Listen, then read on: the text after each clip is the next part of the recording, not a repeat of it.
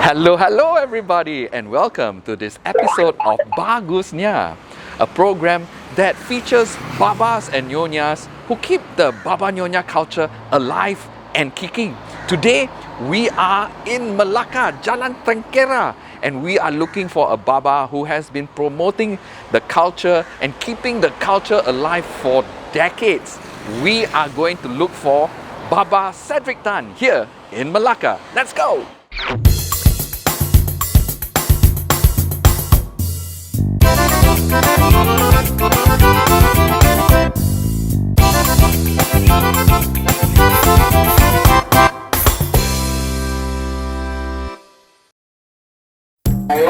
Okay, Baba Cedric Tan told me to walk along Jalan Tengkera and we'll see his house.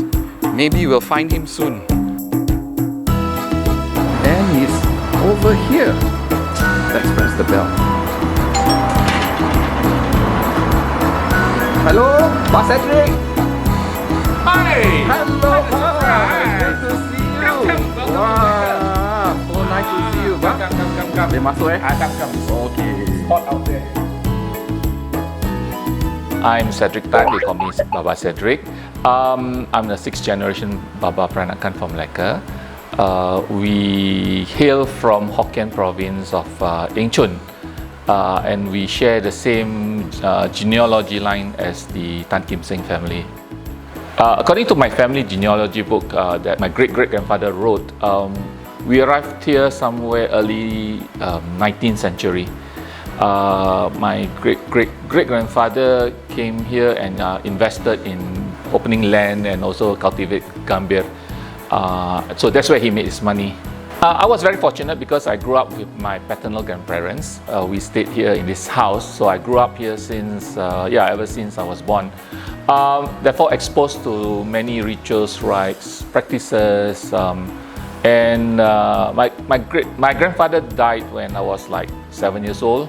So, but my grandmother outlasted him for another at least 20 years. So she was a very big influence in my life. And that's where actually I learned to pick up many things about Peranakan, not only the language, but also rites and rituals, conduct, the way we speak. So when and where did you start getting involved in the promotion of the Baba Nyonya culture? I first got to know PPCM, the Persatuan Peranakan Cina Melaka, when they organized the second Baba convention in Melaka.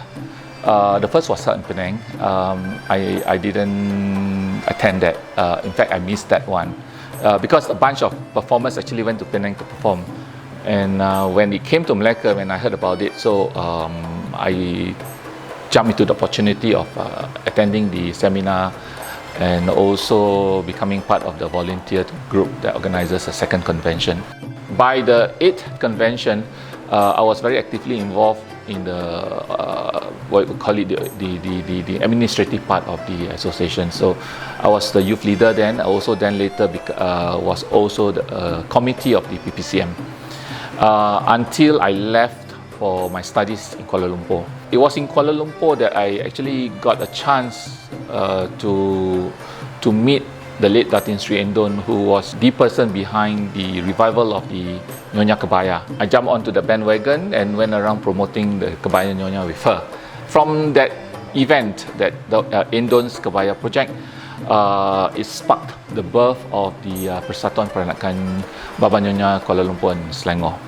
And I was very involved there from the formative years, and then I was first the assistant secretary, then the secretary, and then towards the last 6 years from 2014 to 2020, I was then the president. And then now sitting back as an advisor for the association. But now I'm back in Melaka, so I'm basically let's put it this way, a free country, no strings attached to any of the associations. Can you share a few cultural performances that you have been involved in? I had my major role in the Das Cepat Tak Segantang play, which was staged in Melaka some 20 years ago. We did 2 shows in Melaka, and then subsequently we went down to Singapore for a 4-night play performances in Singapore. And then until when they decided to stage a Peranakan play, Pukul Anak Sindih Menantu, and I reprised my role as Robert, but in a totally different story. There's this revival in the Wayang Peranakan in Melaka, and I heard of their plans wanting to bring the show to Kuala Lumpur and perhaps even Singapore. So I think if that happened, then I think it's truly going to be fun. We get to visit places and also to share our interests with the rest of the people out there. And then came this very big opportunity. It was kind of unexpected because they were just saying they wanted to look for a Dondang Sayang singer. So I said, okay, I can sing.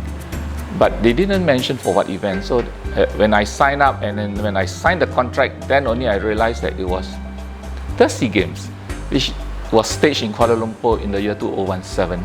We appeared in that big adrenaline rush when you hear that 100,000 people roaring out there. Wow. Speechless. You know, it was really, really exhilarating. And what I love is that the organizer, who happened to be a Peranakan himself from Penang, he gave the Peranakan community 1 solid minute to be featured during the opening ceremony of the Kuala Lumpur SEA Games. So there you were, me in a trishaw singing the Dondang Sayang with another lady, and yeah, we had our 1 minute of glory there. I think which created a big stir. You know, it was a very welcoming reaction from the Peranakan community. I was extremely delighted. On my own accord, together with Baba Simon and Along, the son of a very renowned Dondang Sayang singer. So the three of us, we formed this group called the Trio Peranakans Flote. We go out regularly to promote the Dondang Sayang, besides introducing Melaka as well as all this Peranakan culture in town to our audience. So yes, using that platform, we actually managed to reach out to many folks from Malaysia and also to the leaders of the country. Could you tell us about the regional effort in a bid to have the kebaya to be included in UNESCO's Intangible Cultural Heritage list? Earlier this year, I was appointed as a kebaya expert, or rather consultant, for the Malaysian government, the Heritage Department of Malaysia. We are going to champion the kebaya, not just kebaya Nyonya, the Nyonya kebaya, but also all forms of kebaya. And hopefully we can induct the kebaya being listed in the Intangible Heritage list. We are working very, very hard right now, submitting a joint application to UNESCO early next year. So yes, efforts are underway right now to finalize the dossier, and then we hope that we can complete the whole discussion and in time for the submission in March next year. You've been keeping the culture alive for a few decades now. How do you keep yourself going and motivated? I'm blessed to be surrounded with many, I would say, artifacts. Yeah, I wouldn't say all, but at least I would say many. And therefore, it gives me a lot of delight and also opportunity for me to showcase practices, rites and rituals that may be fast diminishing right now. And sometimes I was also very fortunate because in the past, when like for example, Smaing Tikong, there are homes that are seldom open to the public. You can only go in when you're invited or you're part of the family member. I do have opportunities to actually visit those homes and observe, and from there, you can transmit, the ideas that I get and the questions that I ask, behind all this setup, why they do certain things, and then so you get to get an idea what the general practice is like. How do you keep the wedding traditions alive in Melaka? There are many die-hard families in Melaka that still conducts or still want to hang on to this sort of culture. But the problem is that there's always a lack of people who are able to handle the full-scale thing. Plus, I guess you are also knowledgeable in that sense that you know what are the meaning, the symbolisms and everything. I'm getting a bit frightened right now because people take this as like, a quick way of making a quick buck, and therefore there is no element of culture, there's no element of knowledge, of symbolism. Everything is just pomp, loud colors, but sad to say, they don't even bother about the accuracy, or even for that matter, whether they're doing it right. So I'm getting worried right now, but I hope that when the youngsters pick up, so it's part of my duty when I coach them during the wedding ceremony, is to impart knowledge and tell them the meaning. At least along the way, when they, let's say for example, they undergo the hair combing ceremony, they at least understand what they're actually doing, rather than sitting down on the gantang and just moving the hands up and down. So when all these objects become meaningful symbols, then I guess these sort of stories we can actually share with the next generation. What would be your advice for future generations to keep the culture going? Know your culture first. I think that is the most basic and important foundation of being a Peranakan.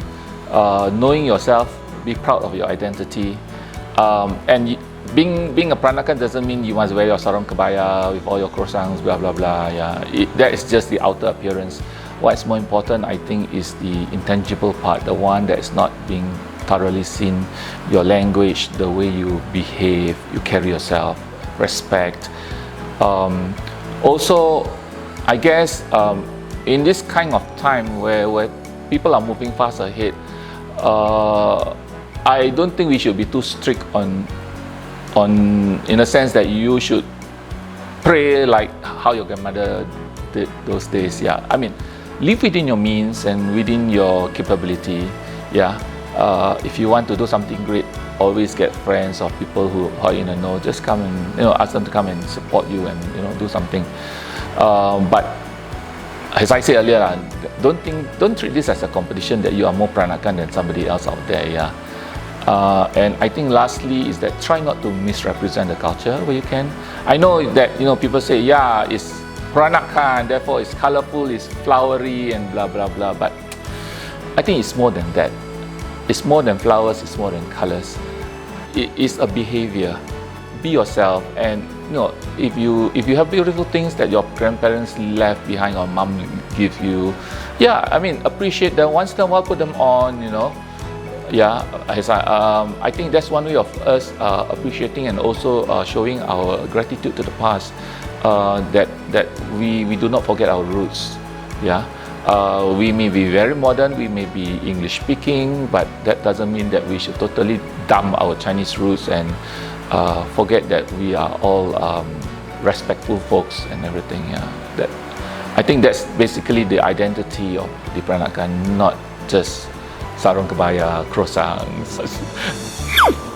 Wow, it's really good to catch up with Baba Cedric Tan right here in Melaka. It's so good that he has been doing so much all these decades, promoting the culture, performing, and really living and being involved in the community as well as promoting the culture. I certainly hope you enjoyed this episode of BAgusNYA. My name is Baba Alvin, keeping the Baba Nyonya culture alive and kicking. BAgusNYA!